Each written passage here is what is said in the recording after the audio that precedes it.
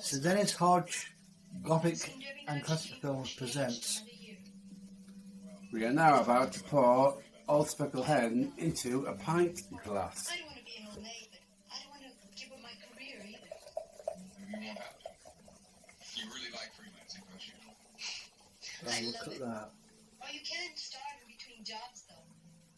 Speaking of starving, we better eat and check out where that glider landed, or we're both going to lose our jobs for the service department. Okay. Check it out.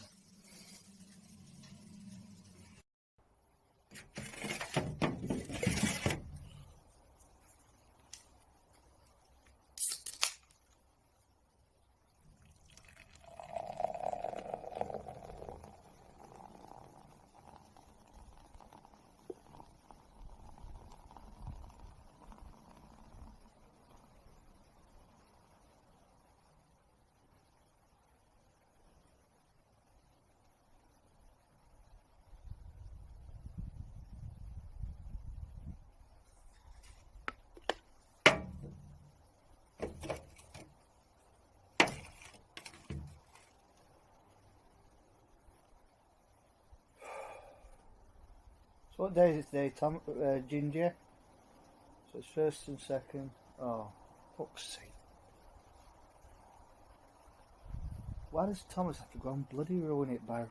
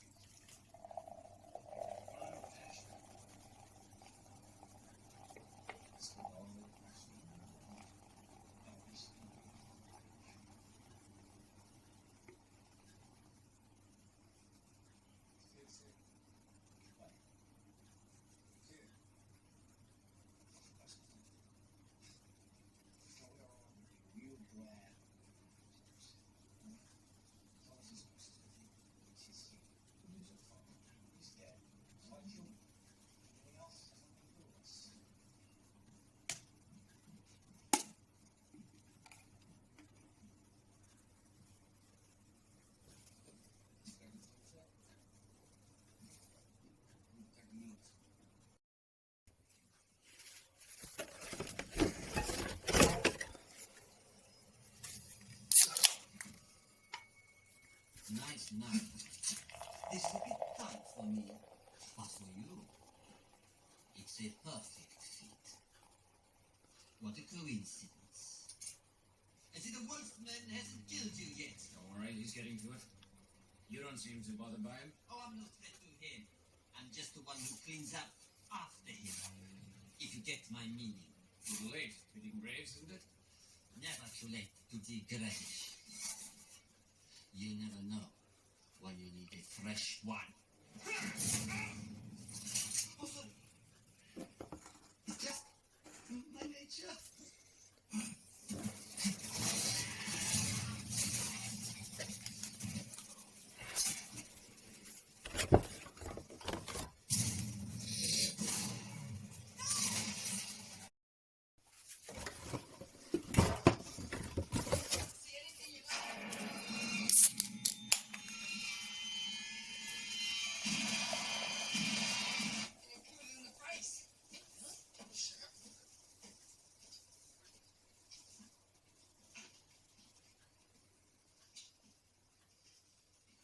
This can be another bedroom or a playroom, whichever you prefer.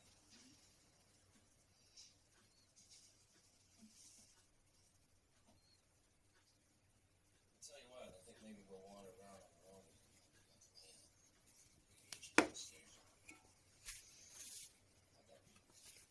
I'll be in the kitchen.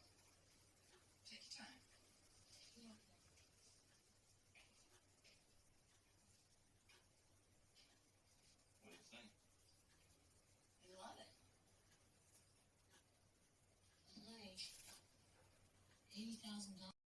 The account root user is specific to this one particular account. So this account root user has full control of the general AWS account.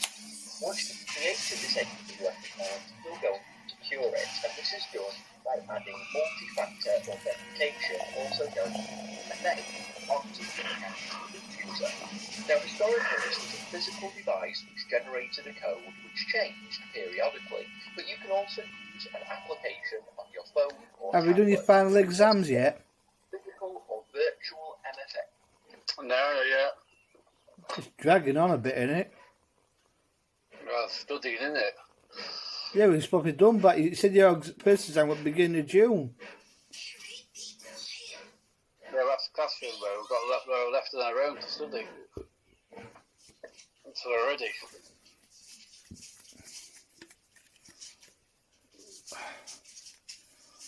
Right, I'm off for a piss.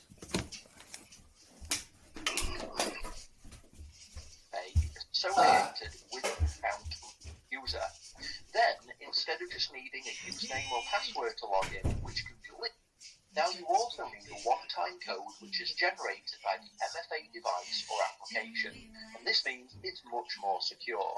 You're also going to be configuring a budget, because while the course is going to be as much within the free tier as possible, if you do leave anything running, this might have a cost and will want you to be notified as soon as possible. So a budget helps protect against any unintended costs. Now, we also want to avoid using the account root user as much as possible because you can't restrict it, and because there's only one of them per AWS account. Now, because of this, it's best practice to create IAM identities within your AWS accounts. And so you're going to create an IAM identity, an IAM user, within the general AWS account for the account. Then have a wank. So that account, and a plus, and then put AWS account 1. The whole email address would be AWS account 1 at gmail.com. You could also create a second, this time using AWS account 2, and then even a third using AWS account 3. Now, these are all unique email addresses. And a 4. You just have the one single Gmail account which comes with the one default email address, so catguy@gmail.com. All you do is use the plus symbol and then include any text, and that creates a brand new unique email address from the perspective of AWS, but you haven't had to configure anything on Gmail. You just take your normal email address, add some text after the plus sign, and that creates what's called a dynamic alias. It's a brand new email which always creates a email account.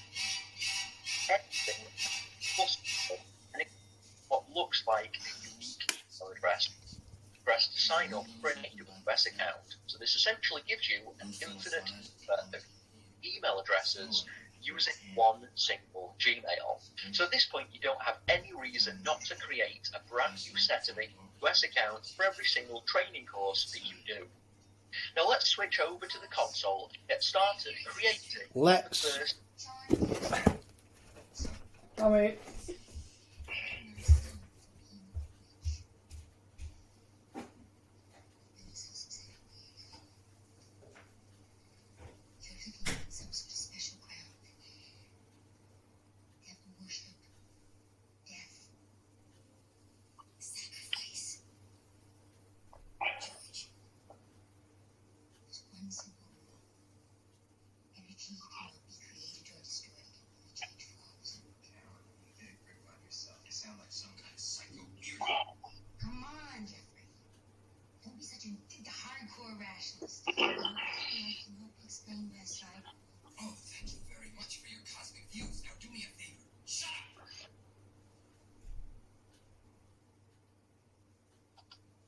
AWS account, so the general AWS account. Okay, so now I've moved across to my web browser, and to create an AWS account, you're going to need a few things. You'll need an email address for the account root user of that account, and remember what I've talked about on the screen, how you can create an infinite number of emails to use. You'll also need to choose an AWS account, and this is important because it will help identified account. You'll need password for this account user. You'll need billing information to add to the account. Now the account does come location. You won't be billing method unless you actually incur charges. Now we teach you how you can keep track of any charges on your AWS account. And the course itself, where possible, will be free. In addition to this, verify your identity, and you'll also need to choose a support. That plan is a free one. So to get you need to go ahead and email that AWS account. Now remember, this is the general AWS account, so you need to pick an email which makes sense for you, the general account. I'm going to go.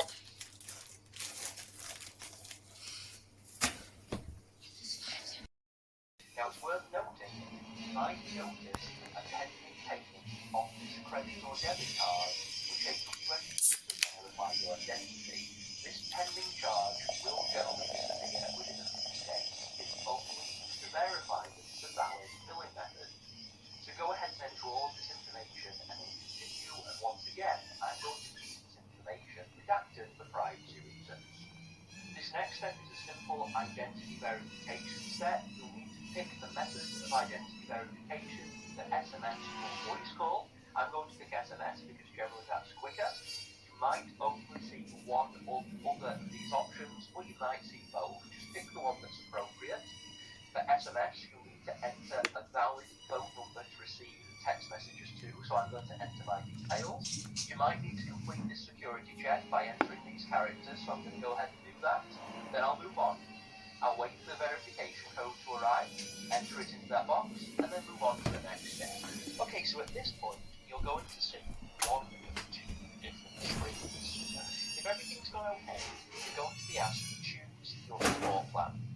If you have issues with your billing information, so your credit or debit card wasn't able to be verified by AWS, then you'll see an error screen. And this error screen will inform you that there's a problem with your billing information. Now you need to be aware of how to resolve this problem with the billing information, because there are a number of steps that you need to go through in order to end up with a fully functional AWS account. So next in this video, I'm going to show you how you can resolve issues with your billing information. If you don't have any issues, then you just need to wait to finish watching all of the next set of steps until this video gets to the page where you can choose your support plan, and then you can continue. Now I'm doing this because I want you to be aware of how to finish setting up an account in both of these situations. So if you're having any problems and you see the screen where you choose your support plan, then just wait until I get to the same point in this video.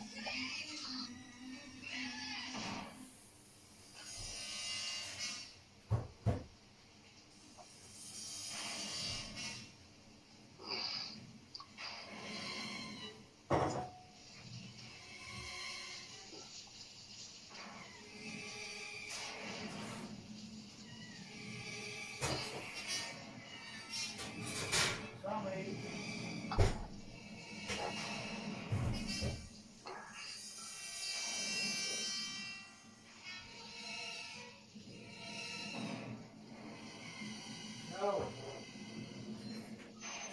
Good boy. I know you're a good boy.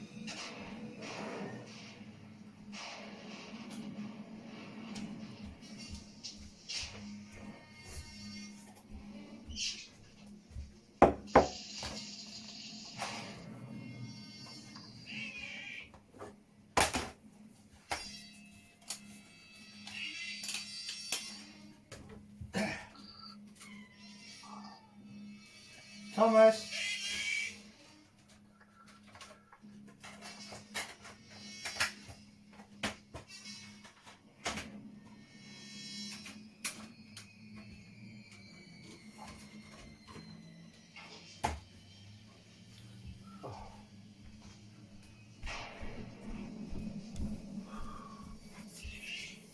Oh. It's like today we've been to like well, obviously went to Asda first.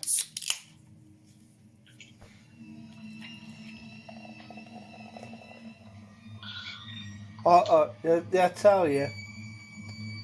that I gave all of my Harry Potter films to Mother Scott. Yeah, safekeeping. Well, the day before we went, which was the Sunday, she had gone on the Saturday because she had a bag full of magazine and papers to pick up. And I remember when I got back, I went, "Oh, bloody hell!" Oh, I was more bothered about hitting the ground running with his films and shit. Even though it's only like a 2-minute walk there, 2-minute walk back.